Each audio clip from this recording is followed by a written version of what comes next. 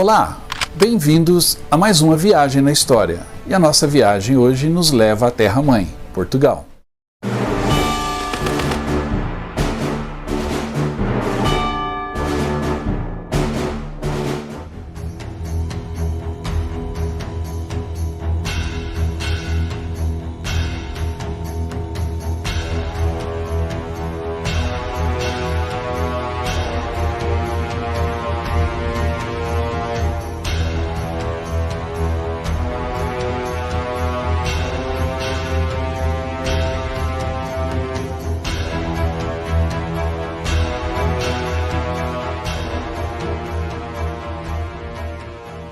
A maioria de vocês sabe que Portugal foi uma das nações que permaneceu neutra durante a Segunda Guerra na Europa.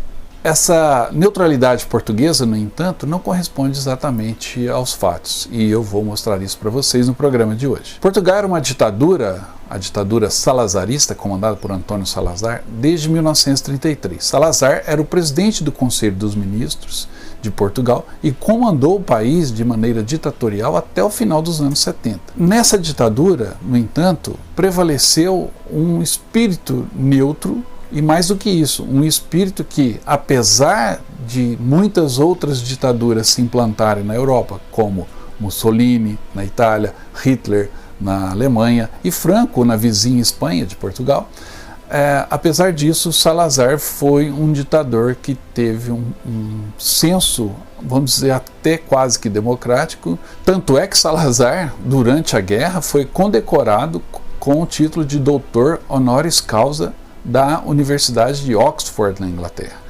por conta do modelo ou da maneira que ele usou para governar Portugal durante os tensos anos da Segunda Guerra. Antes de iniciar o conflito, Espanha e Portugal fizeram um pacto chamado Pacto Ibérico, onde se comprometeram a não entrarem em guerra, nenhum país invadir o outro, e a ficarem neutros diante do restante da Europa. A neutralidade portuguesa e a neutralidade espanhola foram decisivos para a vitória aliada ao final da guerra. O fato de que Portugal não tenha se aliado militarmente ao seu parceiro de mais de 600 anos, que é a Inglaterra, fez com que o território português fosse preservado, não fosse invadido pelos alemães ou pelos italianos, ou até os espanhóis, que eram mais próximos dos alemães do que os portugueses. Portugal e Espanha, ao se manterem neutros, evitaram a invasão da Península Ibérica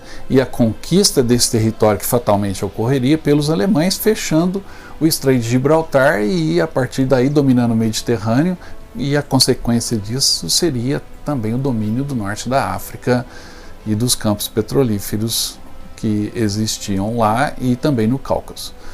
Portanto, a neutralidade portuguesa ela foi mais benéfica para os aliados do que o alinhamento militar, se ele tivesse ocorrido.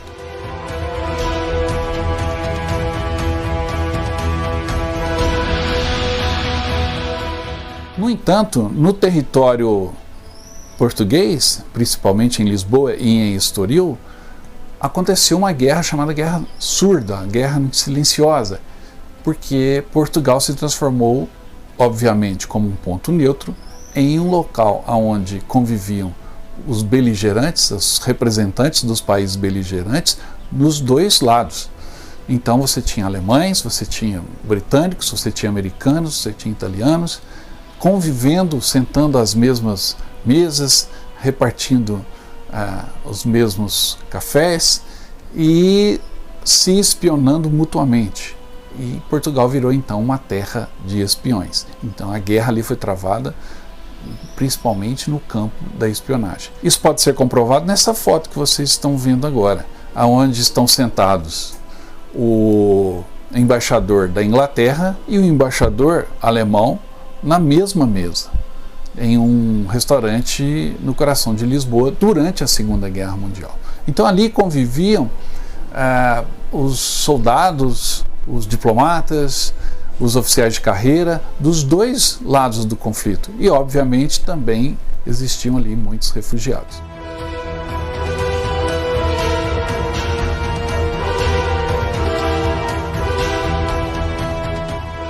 Portugal e Lisboa, como a sua capital, foi um enclave estratégico das redes de espionagem durante a Segunda Guerra. E deixaram para trás os espiões muitas histórias com agentes como o Garbo ou o Popov, que ficaram mais famosos, mas muitos outros ali agiram também. A neutralidade da ditadura de Antônio Salazar e o uso do país como ponto de partida para a América dos refugiados atraíram para Portugal os melhores espiões da época, que conviveram com outros que também se passavam por agente secreto ou vendiam informações falsas a qualquer lado. O catalão Joan Pujol, ou entre parênteses Garbo, seu apelido, para os britânicos, é um dos grandes nomes da espionagem mundial que passou por Portugal durante 2 vezes e se movimentava entre Lisboa e a costa de Estoril, onde estava o cassino, um ninho de espiões, de grandes figuras políticas exiladas e também de refugiados da Europa que fugiram dos outros países em confronto. Um outro espião famoso também em Portugal, além de Garbo e Popov, foi Ian Fleming, então funcionário da inteligência naval britânica e diretor do escritório ibérico do serviço de espionagem inglês. Fleming, para quem não sabe, é o escritor que criou James Bond, o personagem James Bond, famoso também no cinema. Esses espiões compartilhavam espaços, mesas de bares, quartos de hotel por toda Lisboa e também em Estoril.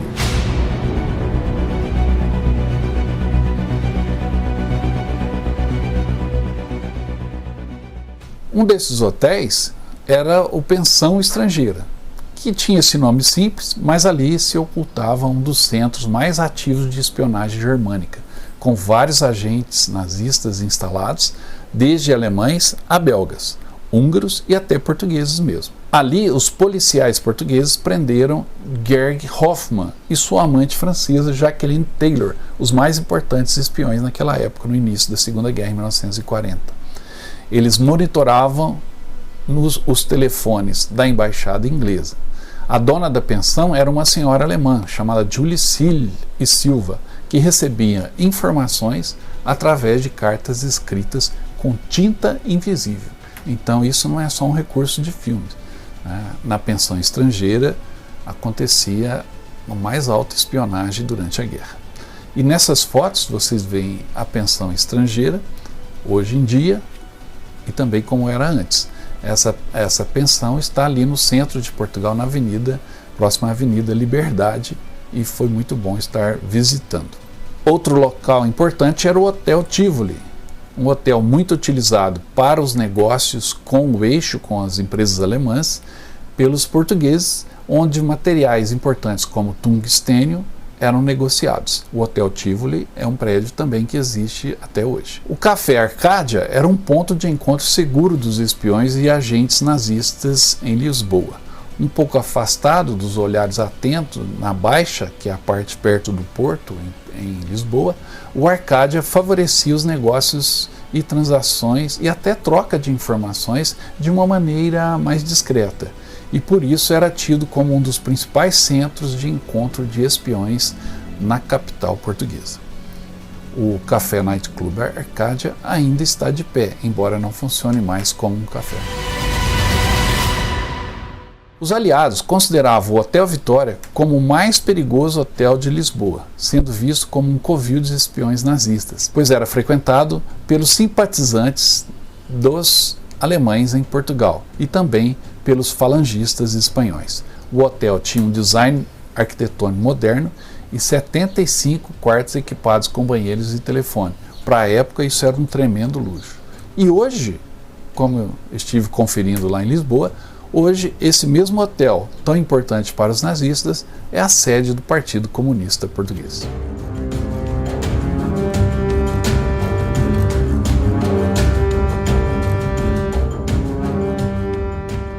Além da questão dos espiões, existiam também muitos refugiados que, desde a chegada de Hitler ao poder, começaram a ter como destino Portugal. E principalmente a partir de 1938, quando foi proibido por Salazar a permanência definitiva de refugiados no território português, e não por motivos raciais políticos, mas por motivos econômicos, porque Portugal era um país de 6 milhões de habitantes apenas e com a economia um pouco até então debilitada. E isso fez com que os refugiados pudessem chegar a Portugal, mas só chegavam se tivesse um destino já pronto, com passagem comprada, etc., para a América principalmente. Portanto, Portugal foi um destino comum para muitos refugiados, e esses refugiados chegaram aos montes.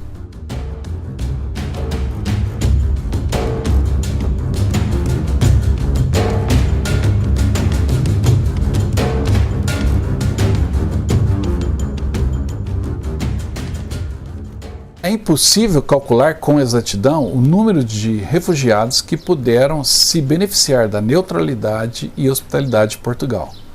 As estimativas vão desde 100 mil até 1 milhão de pessoas, o que é muito notável para um país cuja população rondava os 6 milhões de habitantes. Logicamente, isso elevou o custo de vida em Portugal, e os quartos de hotéis, por exemplo, eram disputados à tapa, eram muito solicitados. E viver em Portugal nessa época passou a ser algo difícil para um refugiado que não tinha tantos recursos. Mas a maioria estava por ali de passagem. O destino final de muitos foi a América, seja a América do Norte ou mesmo a América do Sul, especialmente o Brasil. Um dos navios mais famosos que fazia essa travessia era o navio Serpa Pinto, um navio de passageiros operado pela Companhia Colonial de Navegação, e foi o navio de passageiros que durante a guerra realizou mais viagens entre Lisboa, Nova York e Rio de Janeiro, transportando refugiados da guerra no geral, quando saíam da Europa. Mas quando o navio, após desembarcar seus passageiros na América, quando ele retornava para a Europa, ele trazia, no caso, muitos alemães que haviam sido expulsos dos países americanos. Com isso, ele adquiriu o apelido de navio da amizade ou navio do destino.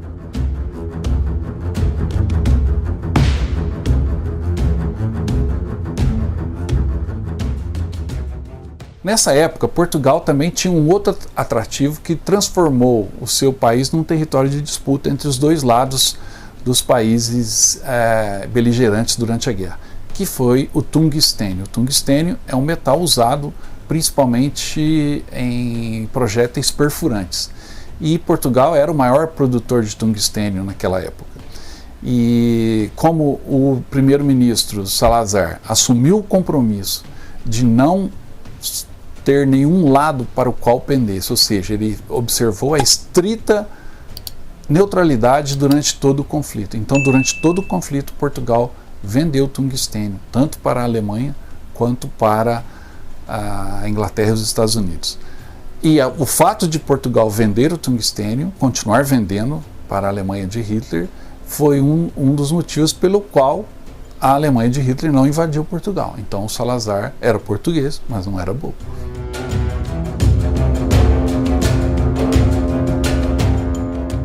Outro ponto que quase levou Portugal a ter que se envolver em um dos lados do conflito foi a Ilha dos Açores. Na realidade, são 9 ilhas localizadas nos Açores, uma parte do Oceano Atlântico, à frente de Portugal, no meio do caminho entre Portugal e a América do Norte. E as Ilhas dos Açores era o local para onde o governo português pretendia fugir se fosse invadido. Então ele reforçou militarmente aquela base. Mas em meados de 42 começou uma pressão britânica para que a ilha fosse usada como base. E para isso os britânicos acionaram o pacto de 600 anos, como eu disse, que já existia entre as duas nações, Portugal e Espanha. E os portugueses, escorados nesse pacto anterior à guerra, cederam os Açores para os britânicos. Os americanos, então, como os Açores eram uma base muito importante, tanto para submarinos quanto para aviões, também começaram a pressionar para que houvesse uma cessão de um espaço para a instalação de uma base norte-americana. E isso ocorreu em 1944. E a base norte-americana está lá até hoje. É um dos pontos estratégicos que existem no Oceano Atlântico. Os Açores, então, foram cedidos aos britânicos e, posteriormente, aos americanos.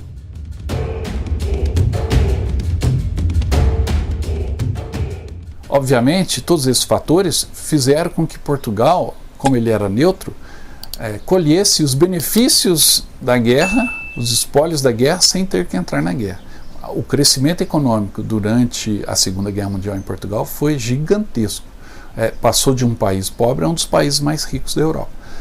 Há uma polêmica em torno do ouro que os alemães usavam para pagar o tungstênio. Dizem que nos cofres dos bancos em Portugal e até em alguns paraísos fiscais existem muitas barras de ouro portuguesas com o símbolo nazista, porque os nazistas pagaram o tungstênio com ouro. E há uma suspeita de que esse ouro que os nazistas pagaram o tungstênio português era um ouro roubado dos países em que ele ocupou, em que os nazistas ocuparam. Mas não há provas disso e o ouro permanece em posse dos portugueses. Houve um movimento logo após a Segunda Guerra Mundial para que esse ouro fosse devolvido, mas usando principalmente a base militar nos Açores cedida aos americanos, os portugueses se safaram sem ter que devolver, ou devolveram apenas 2 toneladas das mais de 300 toneladas de ouro que eles receberam dos alemães durante a guerra pelo tungstênio.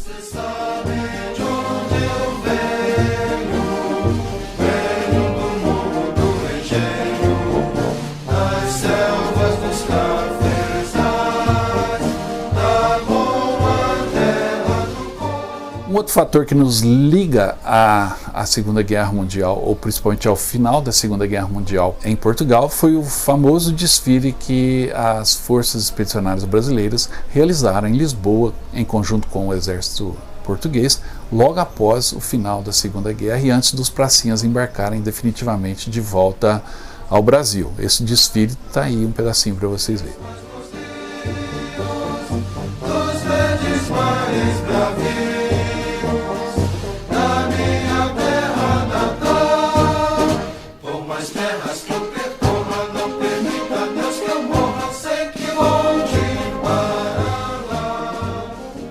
No dia 3 de setembro de 1945, aconteceu um fato histórico para nós brasileiros e também para os portugueses.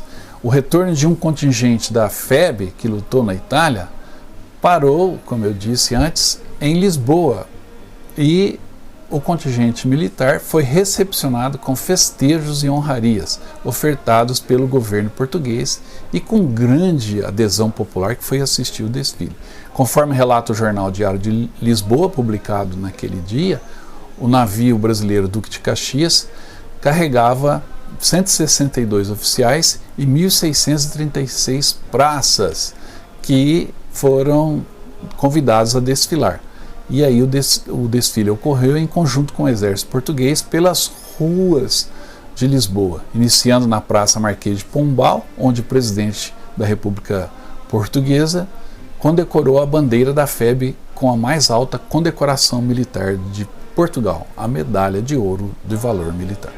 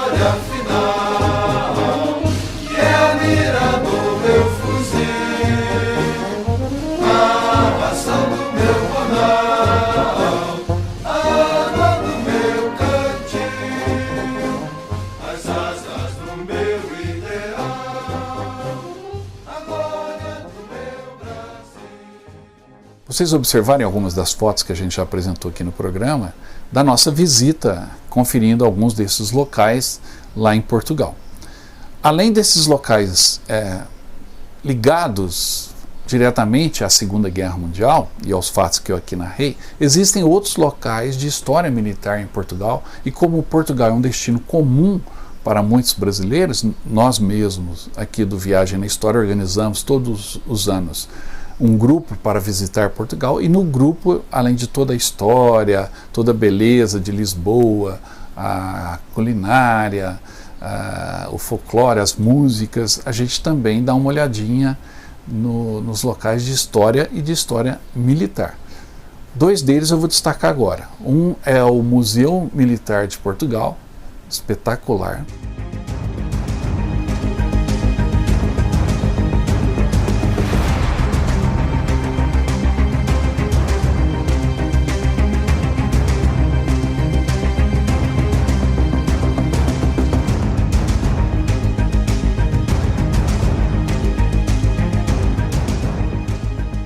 O Museu Militar de Lisboa é um órgão do Exército Português localizado no Largo dos Caminhos de Ferro, em Lisboa, próximo à estação de Santa Apolónia.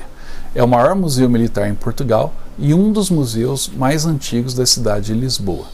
Possui um vasto e valioso patrimônio, principalmente com muitos canhões da época colonial, peças de artilharia de valor inestimável e também armamentos da Primeira e da Segunda Guerra Mundial. Vale a pena uma visita.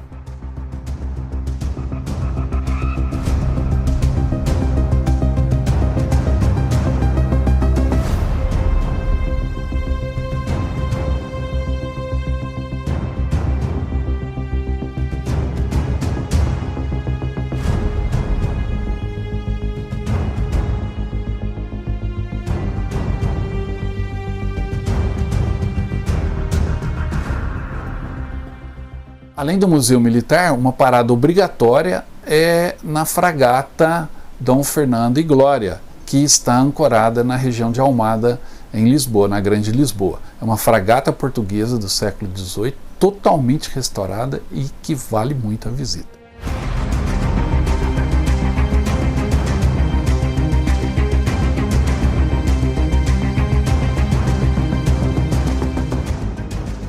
A fragata Dom Fernando e Glória foi uma fragata à vela da Marinha Portuguesa que navegou entre 1845 e 1878.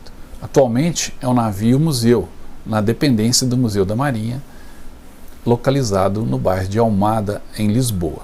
A Dom Fernando foi o último navio de guerra inteiramente à vela da Marinha Portuguesa.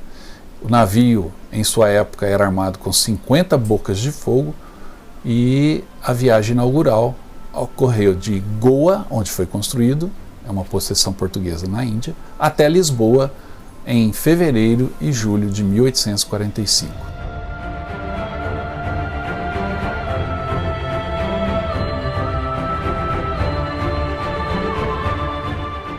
Então não se esqueça, na próxima vez que você for a Portugal, ou na primeira vez que você for, espero que seja conosco, entre em contato, tá? A gente tem um roteiro muito bacana, Portugal e sul da Espanha e um dia no Marrocos. É um roteiro muito legal que eu faço todos os anos e diferente do que normalmente os brasileiros fazem. Quero te levar nesses lugares bacanas. Então na próxima vez em Portugal, não se esqueça desses locais que eu indiquei aqui, tá? Vale a pena, uma visita muito bacana. Se for conosco aqui do Viagem na História, melhor. Não se esqueça de curtir o nosso programa, se inscrever no nosso canal e deixar o seu comentário aí no vídeo para que a gente possa melhorar cada vez mais, tá bom? Muito obrigado e até a próxima.